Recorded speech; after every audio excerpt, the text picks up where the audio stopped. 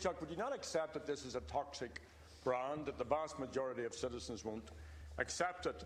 And it's also emerged that the Department of the Environment in May 2013 had an understanding that the overall budget for the installation of water meters would amount to €431 million. But indeed that has come out at €539 million, which is €100 million, I'm sure you can count that up, more than the government budgeted for. So this is a huge amount of the people's money. And then when we listen to the CEO, Michael McNicholas, he explains this away by blaming water meter contractors, which is very interesting given that the same Mr McNicholas owns shares worth €1 million in a company, NTR plc, formerly National Road Tolls, which is making millions out of water meter contracts. And Mr McNicholas is also an advisor to NTR. So, Taoiseach, could you explain the massive overrun for the installation of water meters? And would you tell the Dáil whether you think it's satisfactory that the man who heads up Irish Water's parent company also owns significant shares in a company which is set to make millions from Irish Water contracts? I don't speak for Mr McNicholas. He answered this question himself yesterday very clearly. In respect of the difference between an estimate and a formal tender, even you know this. Well, in terms of building, you provide an estimate as to what it might cost. It can be different from the actual formal tender that's submitted.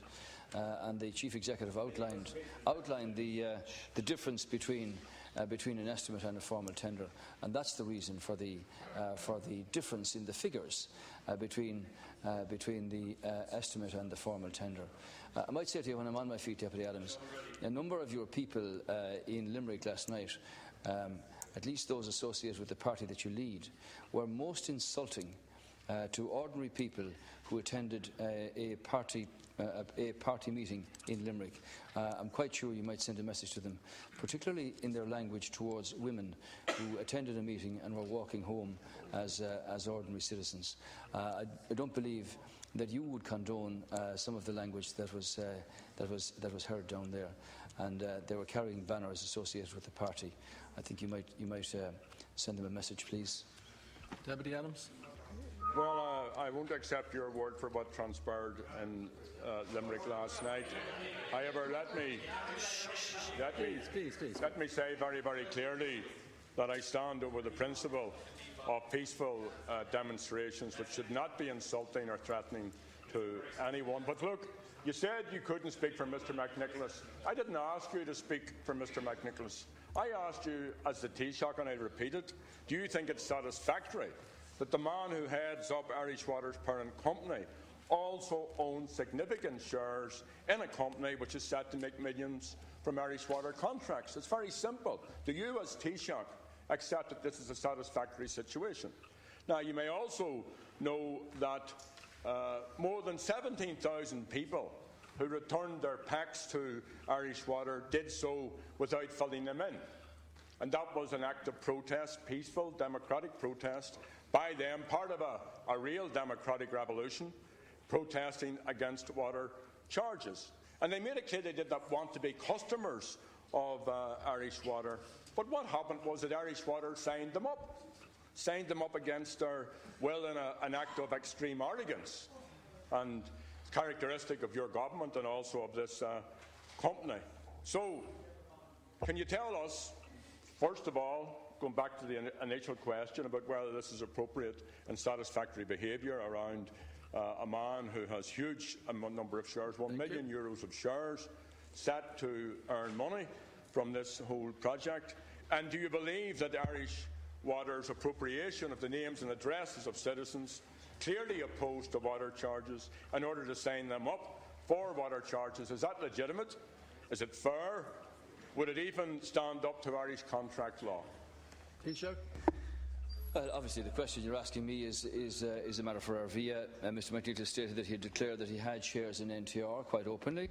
his interest in the company. He also excused himself from any commercial or contractual dealings with Celtic Anglican Water as required under the Arvia Code of Conduct. He's completely in compliance with that. He said that he would divest his shares, more than 400,000 of them in NTR, and give the proceeds to Focus Ireland. I note that Mr McNicholas will also step down from his role on the advisory committee of NTR to ensure that there was no appearance of conflict of interest.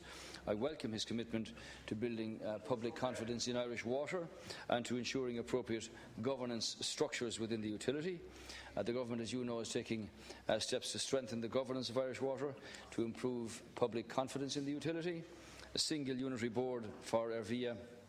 The Arvia Group is being established with new members chosen for their particular competence and their expertise. I hope now, Deputy Adams, that the government, having responded to the legitimate concerns and anxieties as expressed by the people about PPS numbers, about call-out charges, about bonus regimes, about all of these issues have been dealt with, I hope, fairly and clearly and with certainty. And remind you again that the contribution being requested of people, a single person living on their own or with children under 18, is €1.15 per week, and for 2 adults or more in a household, the charge is €3 per week. And in respect of the meters that you so regularly refer to, obviously when meters are installed, Deputy, they are an opportunity for people to conserve water and beat the cap, but they're also an opportunity to determine where leaks are.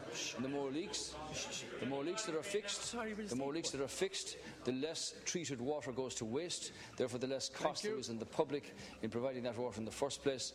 And obviously, a comprehensive metering programme will have a much more effective and efficient infrastructure to deliver high-quality water to business and to consumers alike all over the country. Deputy Maureen O'Sullivan. Thank you, Ken Corlin.